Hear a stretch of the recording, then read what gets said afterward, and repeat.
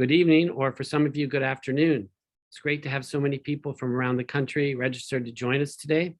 My name is John McInerney. I'm the director of the Sachs Program for Arts Innovation, the host for today's conversation, Performing Arts Centers in Academia. Let me just take a couple minutes to tell you about the Sachs Program. At Sachs, our mission is to support and inspire creative practice at Penn and beyond. As you will hear from our speakers today, the arts are a key resource for so many communities. In an increasingly divided and contentious world, the arts can be a creative catalyst, bringing people together physically and culturally, highlighting our shared stories, and forming connections that transcend our differences. At Sachs, we advance the arts by providing grants across the Penn community, supporting students, faculty, staff, and alumni. We are particularly focused on engaging students and supporting their academic pursuits in the arts while exposing them to the wider community of artistic practice in Philadelphia and beyond. We also advocate for greater integration of the arts into the university's larger strategic priorities, aligning the arts with the Penn commitment to a world-class education, which brings us to the topic today. This conversation is part of an ongoing series we have been hosting, Expanding the Commons. It is a set of talks we have developed with our artistic and academic board of advisors with the goal to expand awareness of the critical role the arts and creative practice play in higher education. Performing arts centers lie at the heart of the artistic life of universities. They can be effective catalysts for engagement on campus and are one of the most powerful connections between a university and its wider community. They have the potential to break down barriers and forge authentic relationships around a public common where multiple communities can come together in dialogue and celebration. But what are the barriers to realizing that vision? What resources and commitments are required to do that successfully? That is the focus of our conversation tonight. Before I introduce our moderator, I want to encourage you to use the Q&A function to submit questions for the panel.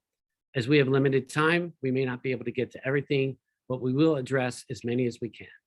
We are also using closed captioning for this event, and we'll record this to share the conversation more broadly at a later date.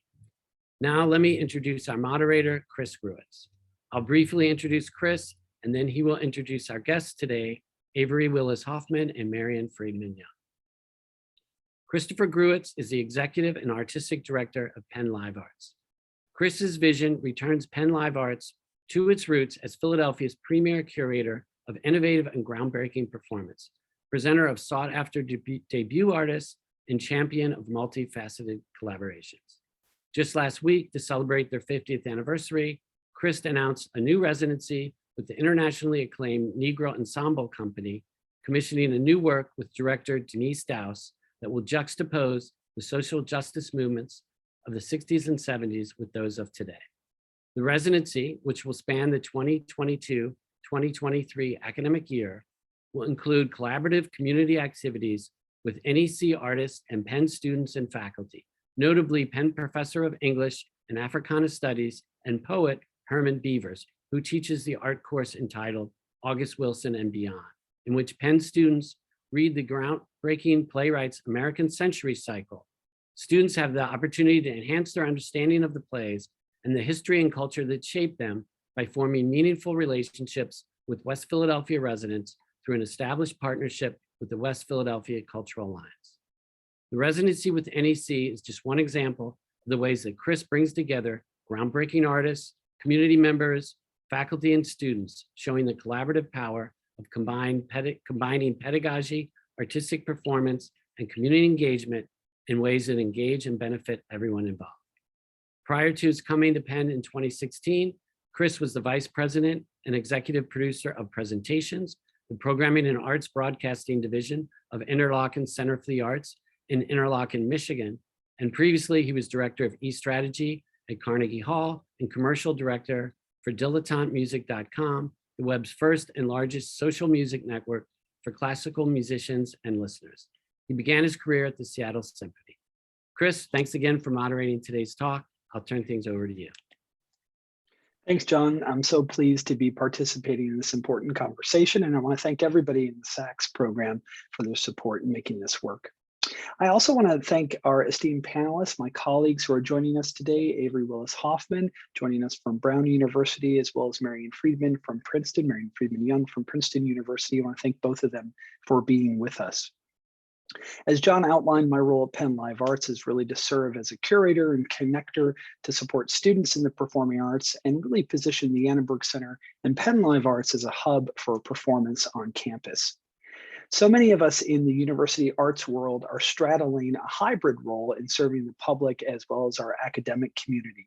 And so I think today we'll talk a little bit about the tension in those roles, our initiatives and our purpose to serve the community in which we operate, as well as the universities that we represent. So I'm looking forward to an exciting and interesting conversation today. I'd like to go ahead and introduce my two colleagues. I'll start with Avery. Avery Willis Hoffman is joining us from Brown University, where she is the inaugural artistic director of the Brown Arts Institute and professor of the practice of arts and classics. At the BAI, she is responsible for curating arts programming across Brown's campus, featuring inter and multidisciplinary work by students, faculty, visiting artists, and organizations. She collaborates closely with Brown's arts departments and local cultural and institutional partners to build visibility and quality of arts programming at the university, in the region, and beyond. A writer, creative producer, and curator of public programs, Avery Willis Hoffman came to Brown from the Park Avenue Armory in New York, where she curated and produced innovative and diverse artistic and public programming initiatives. Prior to her role at the Armory, Avery was a senior project developer at Ralph Applebaum Associates, where she conducted research and developed content for the 12 galleries of the Smithsonian's National Museum of African American History and Culture, among other museum projects. Avery earned her doctorate in philosophy and her Master of Studies in Classical Languages and Literature from Balliol College, University of Oxford, as a Marshall Scholar, and she also earned her Bachelor of Arts in Classics and English at Stanford University. So warm welcome to you, Avery. Thanks so much for joining us. I'm also very pleased to welcome Marion Friedman Young from Princeton University. Marion is the executive director of the Lewis Center for the Arts at Princeton, working with faculty, staff, students, and guest artists at Princeton's Multidisciplinary Academic Arts Center.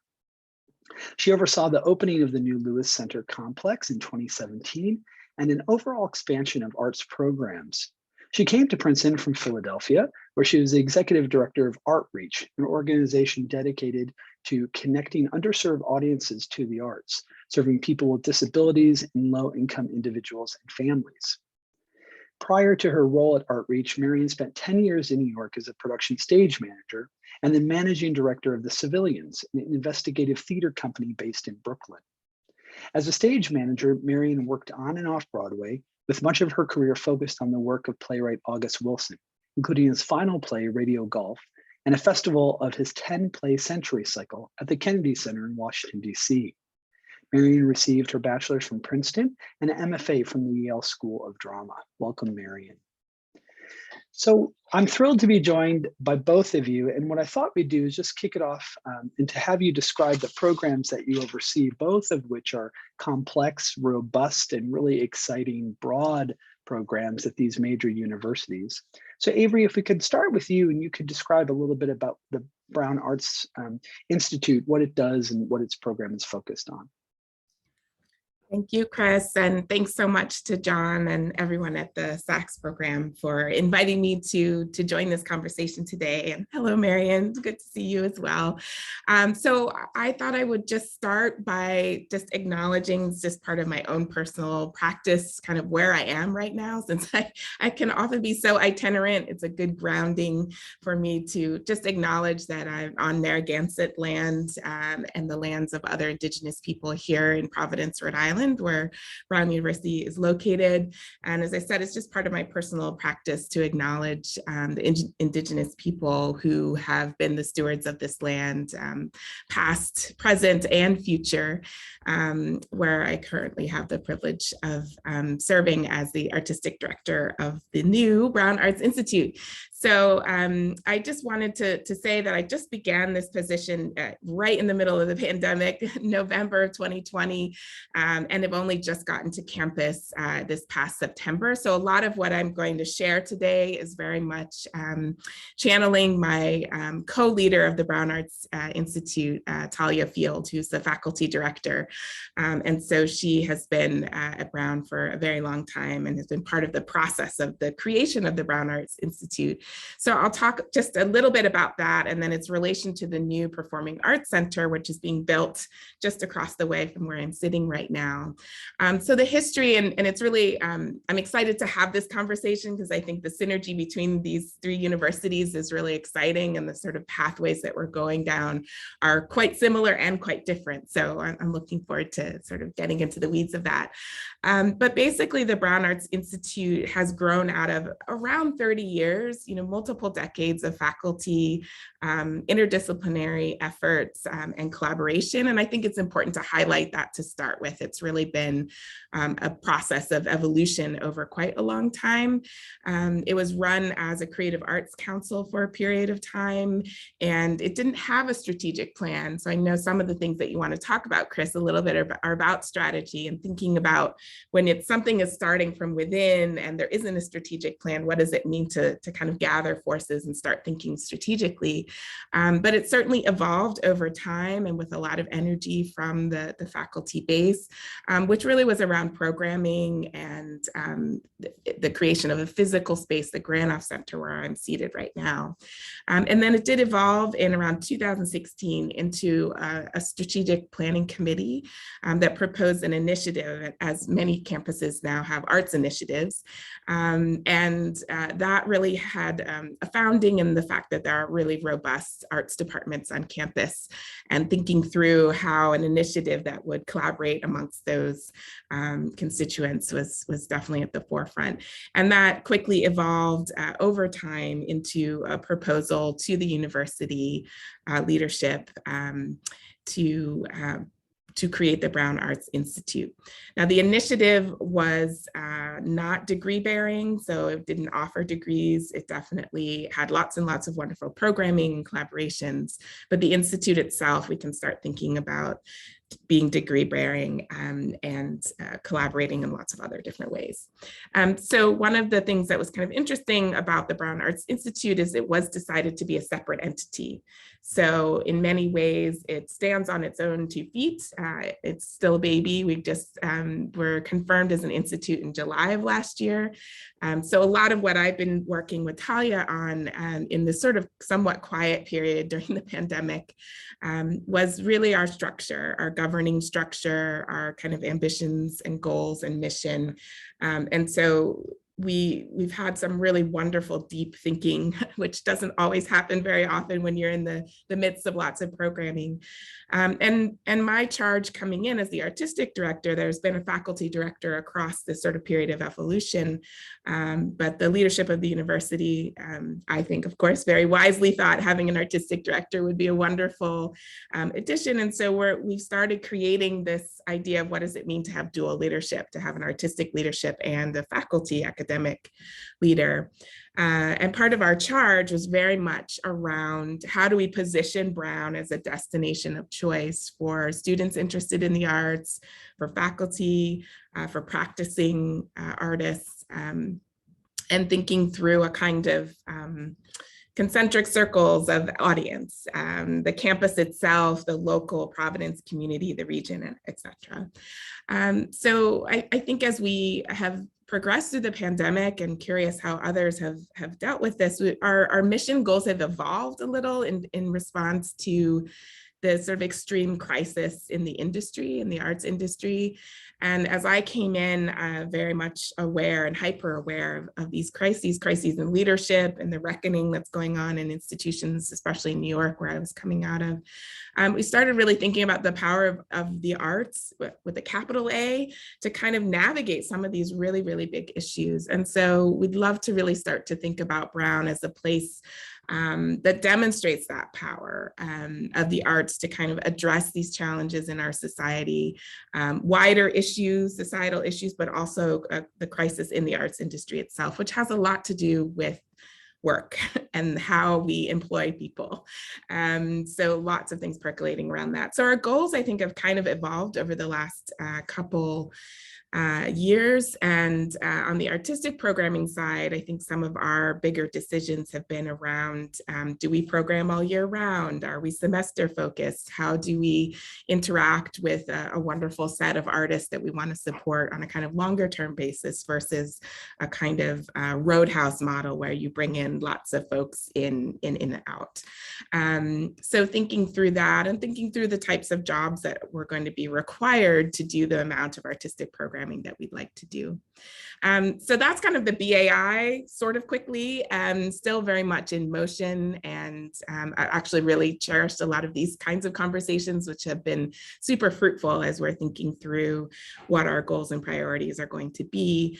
And I think as we worked in tandem with the creation of this Performing Arts Center, we're also in a good debate and dialogue around that. For example, is it only going to be performing arts? We really are excited about sharing projects that are film, that are visual art based. And because Brown has an open curriculum, which essentially means that students can make their own majors, and it's a sort of an innately collaborative, interdisciplinary place, it's very much encouraged. So even in my first couple months here, I was meeting computer science majors who were also visual arts, and they were able to have one holistic major that represented who they were, which was really, really exciting. So we are at the very sort of near to the end of the construction process of the Performing Arts Center, and trying to sort of place it, again, mission and goals that are in tandem with the BAI. The BAI is essentially a kind of campus-wide effort, and the PAC itself, we hope, will be the space that draws people into some of these collaborations and so on. So we're kind of thinking through in these very early stages around what it means to host artistic and academic programming in a space. What does it mean to think through curricular and co-curricular offerings? And also some sort of different learning models when it comes to the arts, and how having amazing artists on campus can be a really fruitful place for learning for students in a way that is not maybe lecture-based, for example. And we're thinking through fellowships and grants programs, as well as I mentioned, the career development and sort of job placement. So that's kind of the overview of both the Brown Arts Institute and the Performing Arts Center, and I'm sure we'll get into the weeds of other things later. So back to you, Chris. Thank you, Avery. That's a great description, and how exciting to be involved really at the ground level, both creating physical space to better support students and the community, but as well as devising the program. And so I think we'll get back into both of those components, because I think it's really exciting to see where Brown is on the timeline of their strategy. And so hopping over to Marion for a second, we're seeing Marion's really heading up a institute and center that's a little farther along, that came along in 2017. So perhaps at a different point in the timeline. So Marion, if you wouldn't mind just giving us an overview of your responsibilities and the Lewis Center programs at Princeton. Yeah, absolutely. And again, it's great to be here. Thank you so much for this conversation. I am in Princeton, New Jersey, the historic lands of the Lenni and Lenape people, and sitting in sometimes what I feel like is a literal ivory tower, which is a part of, I think, conversations and questions around access in a new building that we could probably get to at some point. But the Lewis Center is very much, I think, in contrast a little bit to other units, very much an academic center. So it's using the term center, but from what academia sees as center, as opposed to sometimes what the performing arts, I think, community sees as center. So we're an umbrella academic unit that houses individual sort of minors program, we call them certificates programs, in dance, creative writing, theater and music theater, visual arts, and then we have an interdisciplinary program called the Princeton Atelier. We also have two major fellowships, the Princeton Arts Fellowship and the Hodder Fellowship, that are about bringing professional artists to campus at kind of early to emerging, just emerged stage. That's a constant conversation. But again, as an academic unit, I think it's very interesting that we focus almost all of our programming on a curricular level. So we have co-curricular activities, we have 150 arts events over the course of the year, but it always is through the lens of a student focus, a curricular focus, which I think brings a kind of a helpful narrowing vision, but also a set of complications to it. The landscape at Princeton also is helpful to say, so the Lewis Center is a kind of major artistic unit, but then actually the music department is its own unit separate from us, with shared facilities, some. And then the art museum, for instance, is its own very much independent unit. And then there's also art and archaeology is its own department. And then there's the McCarter Theater, which is very much its own nonprofit, but on campus and in engagement. And there's both collaboration and there's siloing and there's constant conversations about how we always need to be better at those things. So, even 5 years into our building, 15 years into the Lewis Center existing, I think those conversations are ever ongoing. So the Lewis Center complex was built in 2000, or was completed in 2017. And it houses mostly the performing arts. So there's the performing wing of the music department here, there's dance and theater here, and then the visual arts program is in another space and the creative writing program is in another space. I think what's interesting when we think about the building that was designed by Stephen Hung Architects is that it really is a building that was created for the development and practice of art, as opposed to a building that really forefronted performance and presentation. So we have a 100-seat dance theater and 150-seat black box, but even those are used probably more for rehearsal and class than they are for performance. And I think that also goes along with the sort of how we program. We're very student-led. So the entire theater season is led by student proposals. The entire dance, or sort of half the dance season, is led by that. And we're often having a conversation of how are we leading students in what we feel they need to be learning as art makers, as citizens of the world, as the arts enters important conversations, and where are we letting them lead us in our programming? And I think we're always balancing that. I think some of the other areas that we're constantly talking about, again, as an academic unit, is what is our responsibility to our community, to questions of our community, both in Princeton and our broader area. And often we're looking at them through still a curricular lens. If there is a class that we can have that is based in the community, that is taking students out, it's always an interesting way of, and I think the other piece of it is also on faculty, how are our faculty research grounding the work we're doing in the community?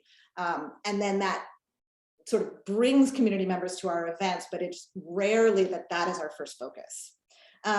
It's important to note, like I said at the beginning, because we have no majors in the arts. You have a lot of students who do the typical kind of, there'll be an English major and a creative writing certificate, but then we have students who are engineers who are getting a theater certificate. And I think that having both of those things present in our work and in our kind of mission is really exciting. Some of the areas of, I think, just we're always looking at, the term balance keeps coming to mind, is sort of how much are we looking to introduce our students in our community to the arts versus what resources are we putting in those students who are committed to their future life in the arts.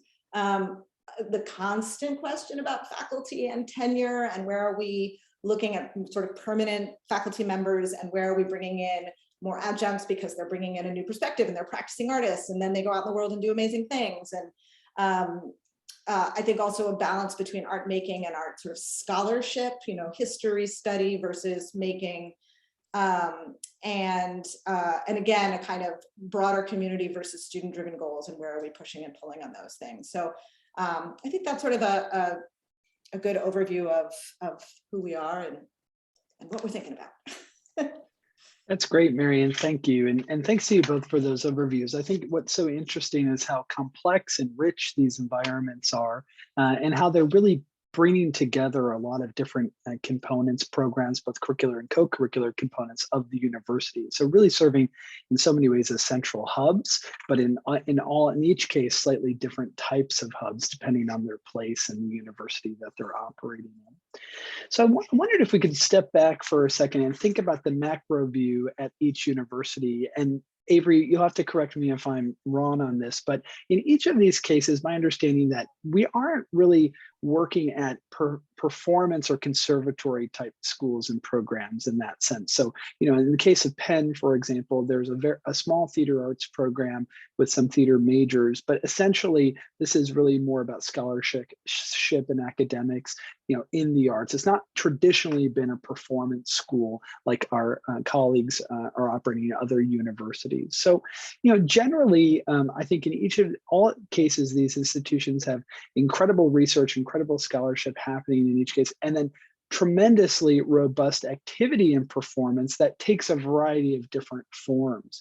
And so I'm curious in both of your cases, Avery, you mentioned this in the context of Brown and how things were leadership kind of was in discussion with faculty for decades around how they could center performance and think about performance. But I wonder if you could each briefly describe the macro strategy for the arts at your institution. Is there, for instance, a presidential strategic initiative to center arts and culture? Is it kind of something that had happened and is now shifted, or where does that live on a macro scale? And maybe let's start with Avery to answer that question. Yeah, thank you. That's a really good question.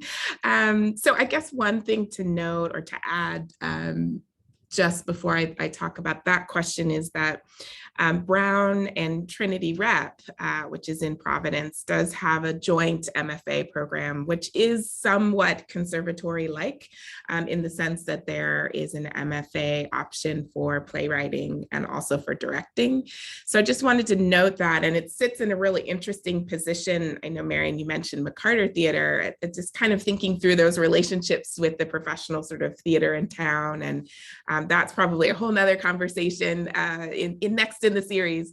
But it's interesting to think about the theater department in relation to a Brown Trinity MFA program and how the BAI kind of interrelates and supports the efforts. So there's a tiny little bit of conservatory in the larger model.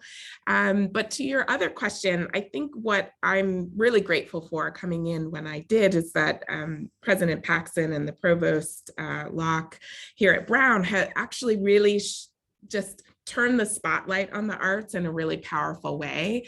And while the kind of incubation of the initiative and then the Institute was really faculty driven, and of course, very much sort of set afire by the student activity, the leadership of the university putting resources and time and energy into the arts has been just groundbreaking, and I think truly moved the mark.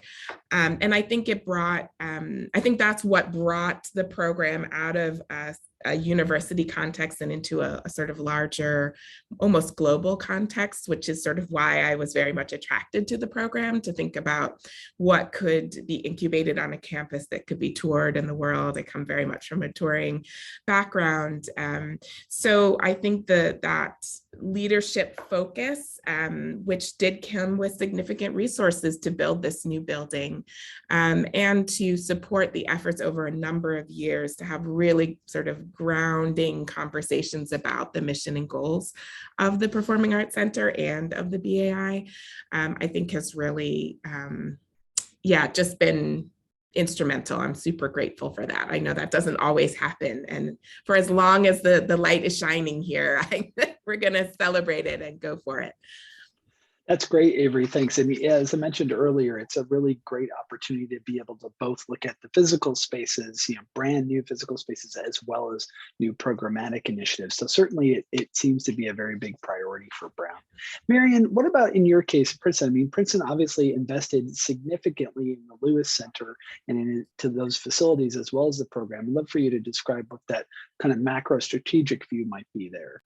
Yeah, sure. I think we joked in our planning conversation a little bit about how I feel like I'm the ghost of the future Christmas, and 5 years down the line, this is what things look like, which are wonderful. But so the Lewis Center was sort of conceived out of an arts initiative that was started by President Shirley Tillman in roughly 2005, 2006, and first the academic unit was brought together. These arts programs were sort of brought under an umbrella. And one of the interesting conversations that happened at that time was a really strategic decision to not become majors and to not become a school.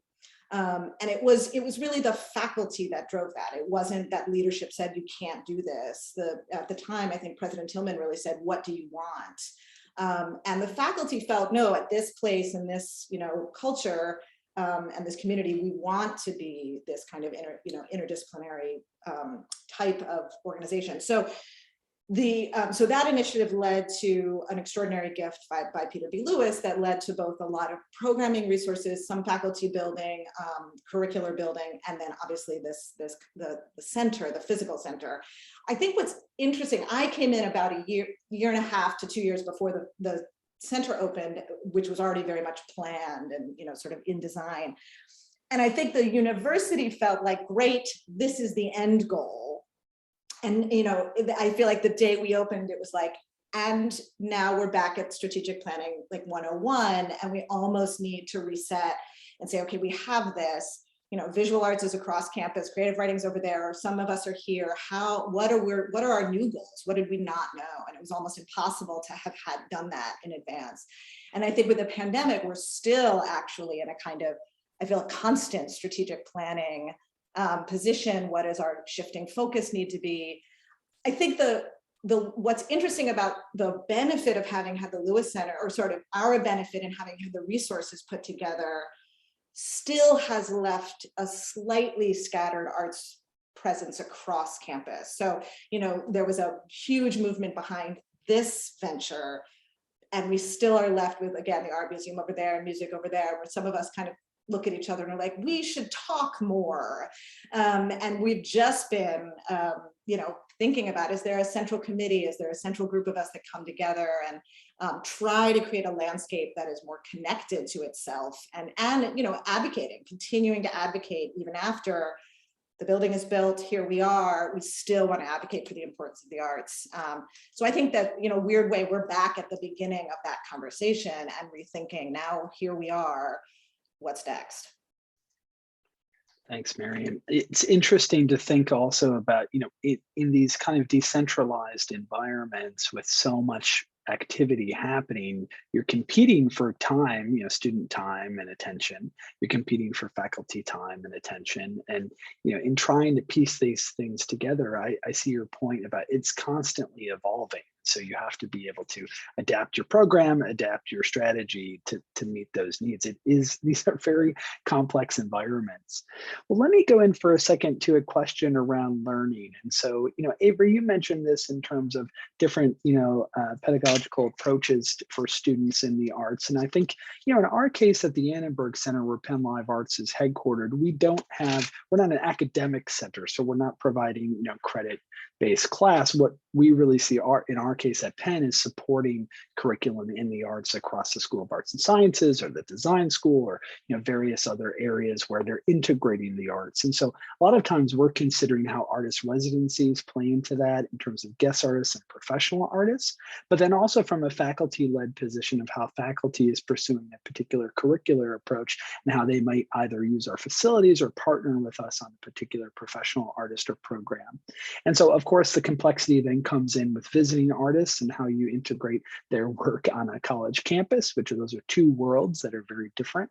But I'm curious from each of you in terms of any examples you can reference where you feel like, hey, we're really trying to consider, a pedagogical approach in a different way here. This is how we're integrating with curriculum on campus and integrating the arts on campus. And Avery, why don't we start with you? Yeah, thank you for that question. So I think a little bit more background to sort of add to the sauce, as sometimes we say, and also in response to what Marion was saying.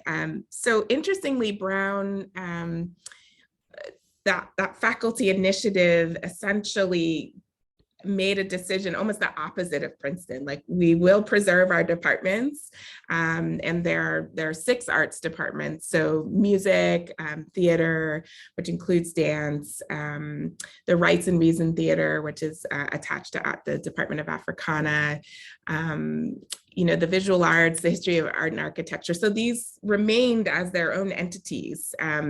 So they have their own curricular needs and degrees and so on. And also determined not to be a school, right? That was a direction that we didn't want to go in. And so what's interesting per your question, Chris, I think is that the BAI actually has a level of flexibility that maybe we wouldn't have had otherwise.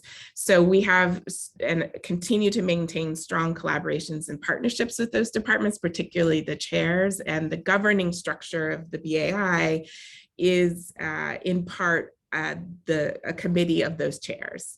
So you're talking, Marion, about having like a committee of folks who can, so we have that as part of our governing structure, but then the rest of our governing structure has a student council, which we have to reconstitute after COVID, whenever after COVID happens.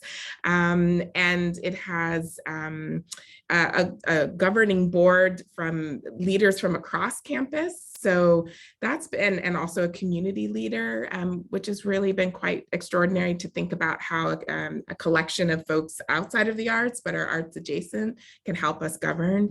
And so we also are starting a tribal arts council. So bringing in representatives of the native tribes of the region to advise us. And we have a presidential advisory council as well. So that kind of structure has allowed us to be a lot more nimble, I think, because yes, we are going to create curricular offerings, but they don't have to be what the theater department is offering, and it doesn't have to be what art and architecture is offering. And so that's given us a lot of freedom. And so one of the things that Talia Field has really pioneered, which I'm super excited to put into practice, again, the pandemic has hindered us a little bit, is we're starting a series of artist at work classes, and thinking through, and we all know this, that people can learn, and especially students can learn in lots of different ways from artists. So you can learn literally in that sort of apprenticeship, sit at the feet of an artist and see how they work, witness, kind of bear witness, in a way that is not audience bear witness, being part of a project and actually physically working on a project with an artist. And of course, being taught by an artist in a more maybe traditionally academic way. So these at work, like the symbol at work, we're hoping to start those classes with artists, with designers, so designer at work, producer at work, any sort of entity that exists within the artistic community at work. And the idea is that students don't often get credit for these kinds of projects, right? And the learning that happens is so different from taking a course from a faculty member that maybe is about history or is about practice in some other way. So those at-work courses, I think, are curricularly really interesting to me. And as a professor of practice myself, I can teach those courses. I can co-teach them with artists or producers or curators, et cetera.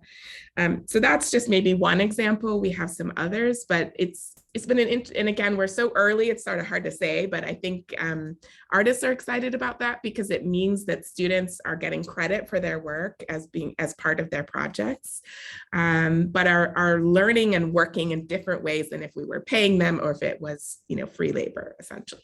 So maybe I'll stop there because I'm sure Marion has examples also. Go ahead, Marion. Yeah, sure. I think, again, you use the word nimbleness, and I'm so sad. I would love to be nimble. I think so, it's true. Like, I think with our programs, there are definitely just core classes that have to be taught, and we sort of have a certain amount that's kind of taken up, space, air, or whatever that is. We're really lucky to have this, our program, the Princeton Atelier, that was started by Toni Morrison in the late 90s, that was about the concept of bringing two artists together to create something in partnership with students. And that program has continued and is really allowed, it's currently directed by Paul Muldoon. And he really he brings artists in and says, what do you guys want to do together? Or he, knows one and says, who do you want to work with? And it's a beautiful way for students to work directly with artists as they watch them develop, and sometimes they get to develop alongside, and then sometimes it's sort of they're doing what we call parallel play, where they're sort of trying to create a similar thing. So those are really exciting. I think the other parts of the curriculum, and you were talking about visiting artists, and I do think that sometimes we are, I'm very mindful about the fact that universities in America are basically supporting American culture, arts and culture, because we sort of, the government is not set up to do that. And so universities are often the resourced thing that can give time and space if possible. And so there are times, I mentioned how we're very student focused, but there are times where it's sort of, no, our responsibility is to the artist. And it's exciting that our students can see this. It's exciting that they get to engage, but actually the fact of this artist being here, the fact of our support for them is going to influence the students in their work and their life, and is just really important for us to be doing and kind of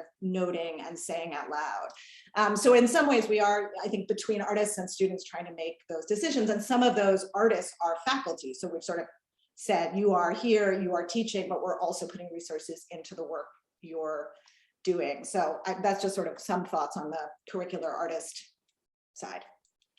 I love those answers. Thank you so much. I mean, I think it's such an interesting point, Marion, about the university role as stepping in. If you look at models, in other countries in Europe, for instance, which receive robust state support, I'm on my way to Germany next month, which is probably the most state support of any, country in the world. And it is very different in America, and universities do step in that way and try to support artists. And there's also, I think, when you consider that support, this concept of performance and the creation of new work as research, as a practice. And that is really interesting, I think, when we consider how artists, nationally are supported, the lack of a support that they receive. And Avery, maybe this touches on your earlier point about this crisis in our industry, not compensating artists and not providing them with just basic, costs of living or just basic income so that they can really create work.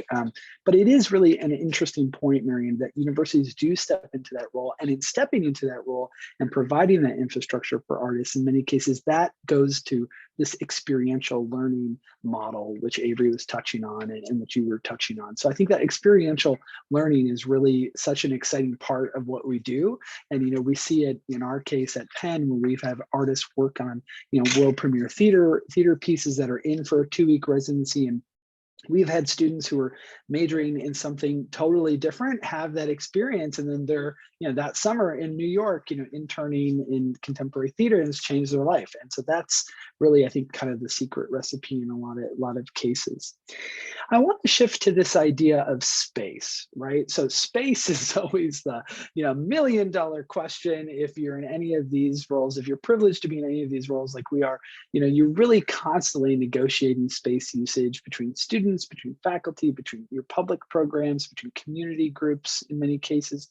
And so I'd love to hear from both of you who are really just in exciting positions and dealing with complex stakeholder environments with, state-of-the-art spaces, really nationally leading spaces, in Avery's case that you're developing, and in Marion's case that you're, implementing from a recent build. I'd love to see, as you've kind of, Marion, in your case, moved in and lived in the space, and I think we're going to have a follow-up conversation about, your space and space Penn is thinking about.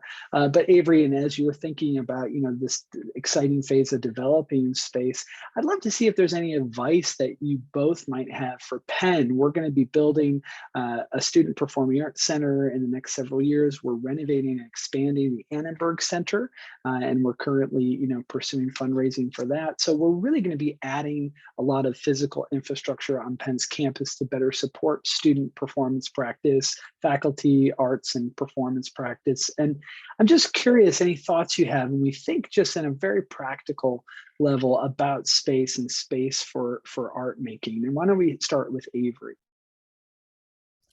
Yeah, that's such a good question. It really is, like, literally $1 million question. So, I can even put in the chat or send over to John. There's a link that that we have to our Performing Arts Center, which is very much under construction right now. And I can share that in a minute. So one of the things, and again, I came into the process quite late, so I'm channeling all that I've heard about the process, but I've also done this in other building projects that, my best advice is to think about who your users are, and to be pretty broad in your definition of users, and think about the activity and the flow of activity in your space. And to think about which often doesn't happen, is the behind the scenes space. And I think those three questions are very critical to the design of the space. And you can see from, let's see if I can actually put it in the chat. If I put it in the chat, will everyone get it? Let's see, put it in for everyone. Okay, hopefully everyone got that.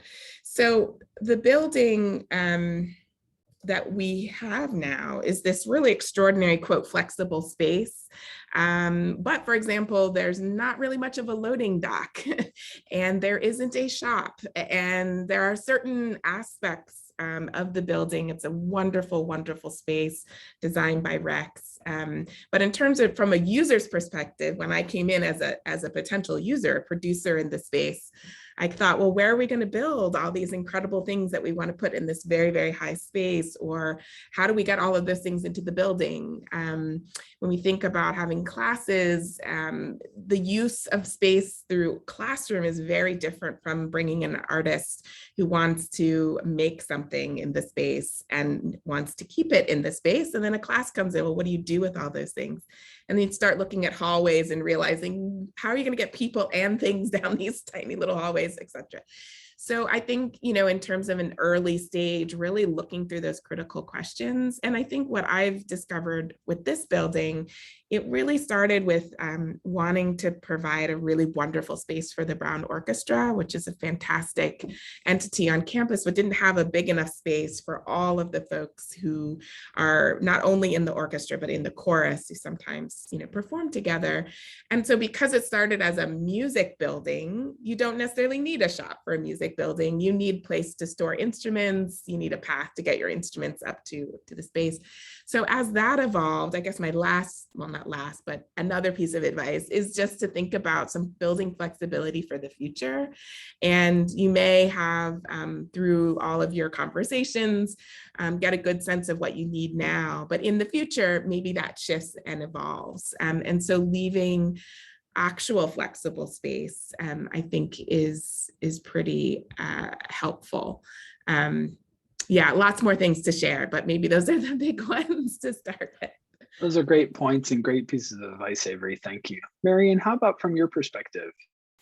Yeah, I basically echo everything Avery just said. I think for me, it's realizing, I think having basically a mission behind every space is actually really important, like a good way of thinking about it, because so for us, I know, this was an academic building. It was built to be an academic building. We knew that first priority was, what do the academic programs need in terms of classroom space, and then rehearsals, but very specifically rehearsals for the independent work, thesis work, so it really had a mission behind it. But I think that's really important, because even as just messaging goes out to the community, as information is shared, the bottom line is just, there is no such thing as enough space, and there will never be such thing as enough space. So having a clear reason why is, what's being done in here, what can't be done in here, and why, and just knowing that everyone feels sort of similarly is really important, I think, for a number of reasons. I think it's also remembering that space is only one, Avery mentioned sort of behind the scenes, but space is only one part of the resource that accomplishes a thing. So we, for this building, it was extraordinary. We have the most amazing lighting and sound equipment in some of our spaces ever, which kind of means the students can never be alone doing a thing. So, we suddenly, when in the old space was like, here's the keys, you guys on opening night, keep us posted, don't fall, we were pretty good. Now it's like, they really can't do almost anything without having either been through 15 design classes and I'm a little exaggerating, but it really changed the nature of the professionalization around student work, which kind of, I think, exaggerated anyway, I think you know what I mean. So it's I think that sense of what can this space do and what really should it do is really important. And then I think the other thing I would say on the flexible space, I think it's important to keep flexibility, but it's also important to know that a flexible space will inevitably kind of just become one thing. Like there will be some decision made. And so, you know, we have a space that can technically be really flexible, but because it doesn't actually have theatrical lighting, we use it as an exhibition space pretty much all the time. You know, and its goal was many more things. And weirdly, by leaving it open, we actually ended up minimizing, I think. And that's not to say it isn't fabulous to have an extra exhibition space. And, you know, that's wonderful. But I think those are some of the things that we've realized about, about how space works. Yeah, if I could add one thing, Chris, to what Marion said, I think that question of professionalization of student work is also a really big one, which maybe is also another conversation in this series. Because, you know, there's and you mentioned balance earlier too, Marion. I think there's a really hard balance around that, because you want to provide opportunity for students to evolve and have professional guidance, but then you also just need space and time for them to be scrappy and to be messy and to fail and to just experiment. And sometimes, and I know this is something that Talia has mentioned to me often, is that sometimes when you over professionalize, you lose the inspiration, the power, it's okay to fail, which is actually really important in the arts. And also that kind of balance between the end game, the like end product, a show or an exhibition versus the process. And that's something we're debating a lot here at Brown as well, because I think the process, and you all know this, but sometimes the process is far more interesting and enlightening than the end product. And so thinking about students less as audience members and more as folks who really could benefit from that process. So talk about complexity, Chris. I think that's like part of the complexity of this.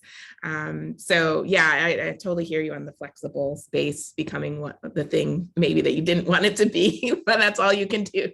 So I know that's coming. That's in our future. It's going to be really interesting to navigate. I think it's a good point in reference back to this concept of experiential learning as well, because, you know, in our case at Penn, we have so many people in the industry that work on the professional side, arts administration or producing, directing, who really got their start through that really deep experiential kind of messy learning. You know, they're running a box office, they're running a light board, they're really trying to figure out how they could implement a student production. And that grew up really organically at Penn and has been a really important part. And you're trying to balance that with making sure they're resourced in the right way, depending on the space that they go to, because we're dealing with multiple spaces. So it's a really great point. Yeah, I also share that, you know, the fear of kind of multi-use, you know, AKA multi-use lists. We really are trying to make sure that these spaces, you know, they have to have some type of bias. You know, they can't just be, we can do everything and then do nothing. And so that's really tricky as well. I also fail to understand why architects continue to struggle with loading docks. Universally, it just seems to be the ever-present challenge for designers, but in any case. So I want to shift, you know, as we kind of near the end of the hour, shift to this idea around community engagement and accessibility for the community. You know, we all know that in our industry, this is really a core issue. We're in many cases, you know, the building that I'm responsible for, you know, we're managing a legacy building from the mid 20th century that was really built with this concept of a temple to culture, with exclusivity in mind, with really lacking accessibility for a lot of the community, and a lot of patrons, was not inclusive in terms of its programs. Historically, that's changed very significantly. But when we think about the physical space, it's not necessarily easy to get into if there's mobility challenges. And so when we think about new spaces, but we also think about these initiatives that we're all responsible for and how we involve the community and how we make these programs and spaces accessible for the community, while also balancing and holding as well the student needs, the educational needs and purpose. And so I'm curious if either one of you can comment on how you are thinking about community access, how you think about accessibility and inclusivity for audiences, and what's kind of informing your thinking? What do you what's a challenge for you, and what are some things that you're maybe excited about thinking about changing? And this to me is one of the most exciting parts of our industry, in that we really have an opportunity in the 21st century to really reimagine accessibility for audiences and to really make the arts so inclusive and to really support the storytelling that is representative of our community. So I'd love to hear just any thoughts on that topic. And whoever wants to go first, jump on in. I can go first. I think, access, inclusion have been just huge topics for us. And again, I know I said it earlier, but it's sort of, we do tend to start with our students and our faculty and the artist support. So sort of looking at that lens first, our classes open, we've shifted a huge number of courses from application to open enrollment, because even an application that was like, give us 5 words on who you think you are, was a barrier. The moment you had someone have to say something. So, that's our first step. That has been one of the first steps of access. I think the physical building of a new, pristine, beautiful space. I had an artist who was like, I didn't feel like I could eat lunch here. It's so pretty, and just that is a barrier. And so, and then our artists, and thinking about, our fellowships program, which is one of the major programs bringing in our artists or new artists, and making sure that the process by which we were sourcing those artists, the ads, everything around that was bringing in a more diverse, unique group of artists to campus. So sort of starting with that lens, I think the public, I guess I'd say, has sort of gained access through those communities being more open and accessible, if that makes sense. So by encouraging our students to do different types of work that is coming from all types of perspectives, and then welcoming the audience, a public audience into that, really what we are inviting them into is a strange window into the students' artistic process. Sometimes the artistic quality, that's a terrible word to say, but I'll just say it isn't our goal, that it isn't, the most beautifully produced, or they really focus on this one aspect and it's a little quirky, but we're hoping that we're inviting into that academic process and we're being really open about that. And I think that's true about our artists. They bring a whole different set of programming, our fellows, and bringing the community. We have had a couple of, and I know one question came in about this, large scale. We had a Black Poetry Conference a few years ago. It was a major event for us, and it had both a sort of symposium of bringing, I think it was 42 poets together for their own set of conversations, and then a major gala. And one of the things we did was partner with a couple of libraries in Philadelphia and Trenton and provided buses to bring community members in. And I say that mostly, again, on that sort of the university being a slightly more well-resourced. Some universities, I should be very clear, some very, those of us in very privileged positions, that we have the resources to help invite in sometimes a very different way, and can try to be more conscious about that. I will say, we're still so not open post-COVID. I mean, technically we are, but literally the doors are locked and we have to physically open them for people. So it's what the next step is in that inviting of the community and how we fully reopen to that and get better at it, I should really stress, I think is a really open question for us. So those are my thoughts. Yeah, and I guess, partly because COVID has allowed us to be in this thinking mode, it's been really useful to have some of these conversations about this very topic. I think we're approaching it in maybe a couple different ways. One being, and Marion, I don't know how your scheduling goes, but we kind of decided pretty early on in our conversations that we would be open year round, the Performing Arts Center. And that's been also a sort of liberating decision, because there are so many out of semester moments in which we can invite the community, and in particular local artists and local artistic organizations that have really suffered through the pandemic and are barely holding on, to actually hold space in the space.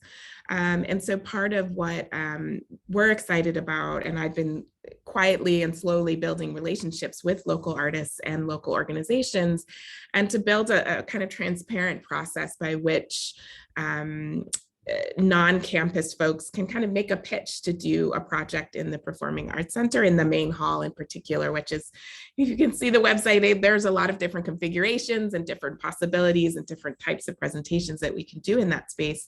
I'm really excited about that. I think that that is a fairly unusual kind of approach in a way. And I think we're going to think about it in terms of collaboration. It's not just about rental. It's not really about renting the space, but collaborating and subsidizing for organizations that can't necessarily afford the labor costs it will take to do things in that space. So that's one thing. Another thing that we did during COVID was to actually give grants directly to artists, local artists, and to say, look, no strings attached. We had this budget, we can't use it. There's no one here, but you should benefit from some of these resources. And so we are, reconnecting in person with those artists to sort of think about how we can support them going forward. The other thing that we're thinking about is also just a very different way of programming that is more to do with investing in, I kind of spoke about this at the beginning, investing in a set of artists long-term instead of kind of small residencies or quick residencies, or you're in for a couple of days, you do your show and you leave and we never see you again. So thinking through a cohort of maybe 40-ish artists who represent a cross section of the arts and a real diversity on every level that you could say diverse, and thinking through, how do we support them more holistic as artists and as human beings, as opposed to what is your project that we're going to produce in 4 years' time or 2 years' time. And so that's also been somewhat liberating to think through who those artists might be. And I think part of, what you were saying, Marion, like when you present an artist in process who comes from a different background or a different approach or a different discipline, you bring in their audience, and then you bring other audiences who are also interested. So over time, you start to bring audiences in lots of different ways, and they start crossing paths. And I saw this at the Armory. It was really quite effective, I think, to just think about the diversity in your program brings a diversity in your audience, right? The other thing we've been doing is something Talia's done with a songwriting workshop, and we've just started this with an arts writing workshop. And that is to have a mixed, kind of a mixed student base. So some folks are from the community and some are students or faculty members on campus. So in a workshop environment, you can have a different makeup to your class. So that is an inviting way to sort of bring the community into your space and to bring different kinds of artists and different levels of artistry into a space to kind of work together. And again, a little bit more about process. And I think we are also slowly opening up after COVID in terms of this building here, Granoff Center, and the types of things we do here. So I think we're in the early stages of thinking about those sort of bigger picture inclusion, but I'm excited to see how these collaborations kind of will bear fruit over time. So we'll have to have this conversation again in 5 years to see how it all worked out. Yeah, I think that's a really good point. And it's really interesting to consider the longer term models. A lot of what we talk about is, as Penn Live Arts kind of expands to service events and spaces across campus, we're trying to really consider a longer term model that after student needs are met and public programs are met, how do these spaces get turned over to community groups? I think a great example of that is the Harris Theater in Chicago and Millennium Park, who kind of were built with this kind of community-based model in mind, where they not only support technical infrastructure and space, but they're also supporting marketing and promotional efforts for community-based groups. And to your second point, Avery, they're connected to these community groups over a much longer period of time. So it's not just kind of a one-off thing, but of course, the residency formats endlessly fascinating and variable and challenging, and it's like you can do so much more with groups that are in for the longer term. And so a lot of what we've been exploring as well is looking at those longer term relationships with key ensembles and artists.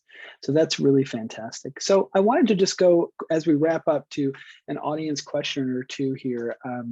So one of the questions was how we can, to continue in this kind of community vein, how institutions like ours can really partner in the community, for instance, with libraries or with other urban planning initiatives to really think about how we can engage and sustain accessible cultural experiences. And I think, there's probably no better person on this call than Marion in some ways because of her work with Artreach in Philadelphia, which is such a trailblazing organization, just a really inspiring organization. And I know everybody in Philadelphia feels very lucky that we have it here in our city.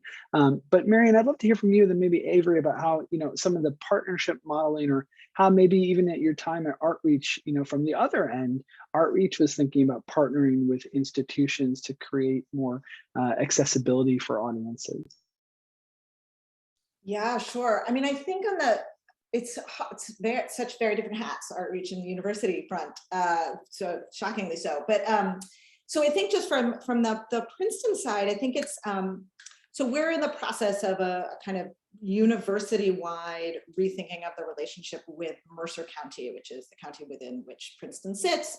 And specifically, though, it's, I think, dangerous just to say we're only focused on the city of Trenton, but specifically the city of Trenton.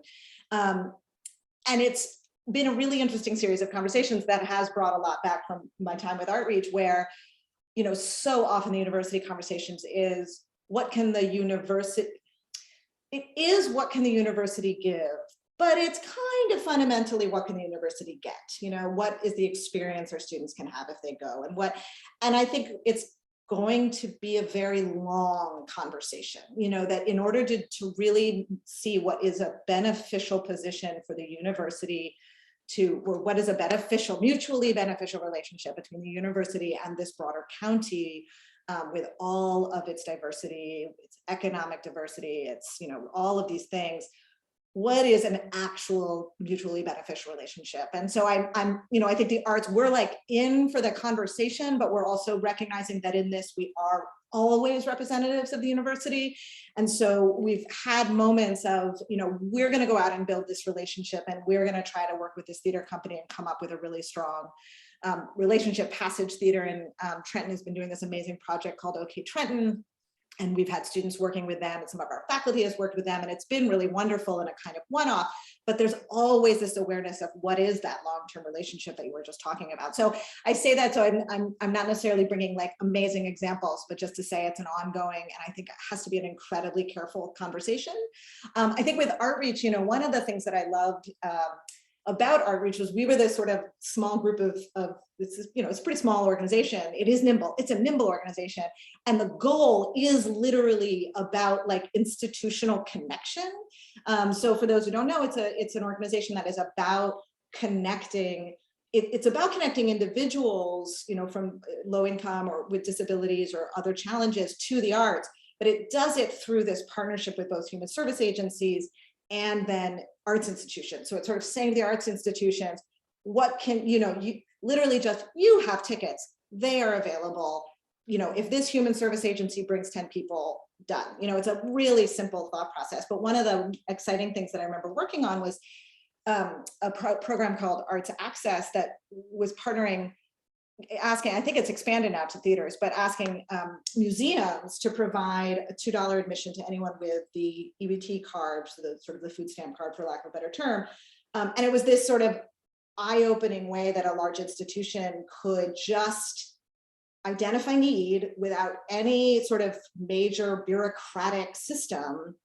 But it was also about going around at a really methodical way and sharing this both with the institutions, but maybe more importantly with the community, to say, you will be invited in, you will be welcomed. This is something these institutions are excited about, as opposed to, why would I go there? The doors have been closed for years. So I don't know if any of that answered the question on the table, but those are thoughts that are jumbled in my head about this question of kind of institutional responsibility to community, and what are the ways we can open up a little more. Yeah, I love that, Marion. It's fascinating because these really ongoing conversations, and I think so much of it in terms of the kind of the macro view of our industry is, before there just wasn't a conversation, because you have the 20th century model of this temple to culture, and like the mountain and Muhammad and all of those things where it just wasn't accessible. It was like, it's only accessible for this one particular stakeholder, for instance. And then I feel like it shifted to, we have to engage the community, but nobody really was, people were figuring out how do they do that, right? And I love your point about, what many times university-based institutions will approach the community with a frame of, well, this is what's for the university. And that is really a great point, because I think as we consider the impact these institutions have, and Avery, I'd love to hear from you in a second about in Providence, like these are anchor institutions for communities. They happen to be on a university campus, but they're also serving as anchor institutions if they're serving public audiences.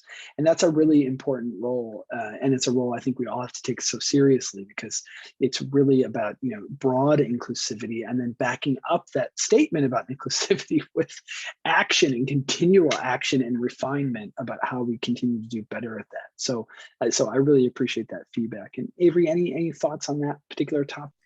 Yeah, lots of thoughts, but I would share that I think part of my struggle, and I really felt this in New York as well, is that we don't often ask, like, what do you need? And I think that's something in the perennial, and like full disclosure that I grew up on Princeton's campus and was probably a very obnoxious faculty brat. But I really remember quite like keenly the town and gown, right? And I'm now experiencing that here at Brown. And town and gown is also very much, I think, about a lack of conversation, as you mentioned, Chris, but also about not asking what the actual need is, and that the needs are different in terms of certain members of the community. Like we were joking earlier that like parking is a need. If you're going to partner with a school, like busing is a need, right? You need to put in your budget to make sure that the kids can be bused to your place. You can't put that on a public school entity that may not have the resources for that. And so you have to actually think different. You have to think differently and ask different questions. And sometimes that doesn't happen, and sometimes it happens and then it's not able to be supported. And so I think having those robust conversations that are fruitful about needs. So sometimes, in museum work that I've been part of, even like the Smithsonian project, we did a lot of surveys and people said, well, there's nothing of my family in this museum, so why would I go? And so that actually informed, our collecting process, which we ended up creating this amazing roadshow that went to people's small towns across America and said, what's in your attic? What is your family heirloom? Like, donate that to the museum and come and see it. So they're the kind of symbiotic conversations that have to happen about needs, and then being able to meet those needs. And you can't always meet all needs, of course, but thinking through a couple critical things that actually allow for access. Like if there is no parking, then how can the community come and actually attend your performance or whatever? So that's something that I think, as you said, Chris, is ongoing. And I think as long as both sides are open to the fact that it will be ongoing and not solved immediately, which is sometimes a reaction, like you asked me what I need, but then you didn't give it to me. So that's it, conversation over. So that I think is part of the process of breaking down the town and gown divide in certain institutions and their surroundings. So just sort of adding that to the mix of things. Yeah, and I love what you said earlier about, you're in a unique place right now and that you guys are building something from literally the ground up. And so approaching the community now transparently to say, hey, we're exploring this, let's have that conversation. That's really inspiring and exciting. So I wish you the best of luck in that regard.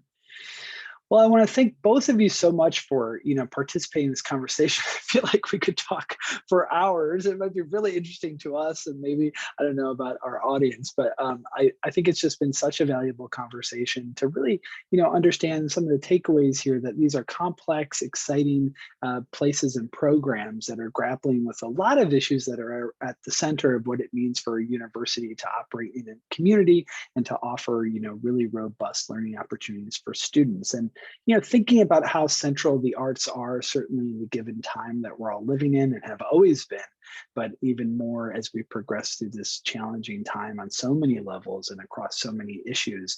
They are so important and so central to a civil society and to an academic environment. So I just am so inspired by your work, and I just want to thank you so much for participating in this. I'm really fired up about the future for university-based arts institutions. So thanks again. And John, I'll give it to you, over to you to close things out.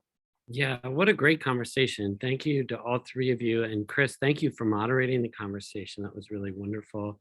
I want to thank the audience for joining us. We will be posting this recording on our website. So if you want to share this with your colleagues and friends, we will get that out to you. I want to just quickly also thank Keith and Kathy Sachs, who have made these programs possible. And just encourage you, if you have a chance, you can go to our website, sacsarts.org. You can sign up for our newsletter, and we'll be continuing this series in the coming months. And so look for some new programming coming in a little bit. But thank you again. Thank you, Avery. Thank you, Marion. Thank you, Chris. Thank you, everyone out there in the crowd. And we'll talk to you soon. Bye-bye.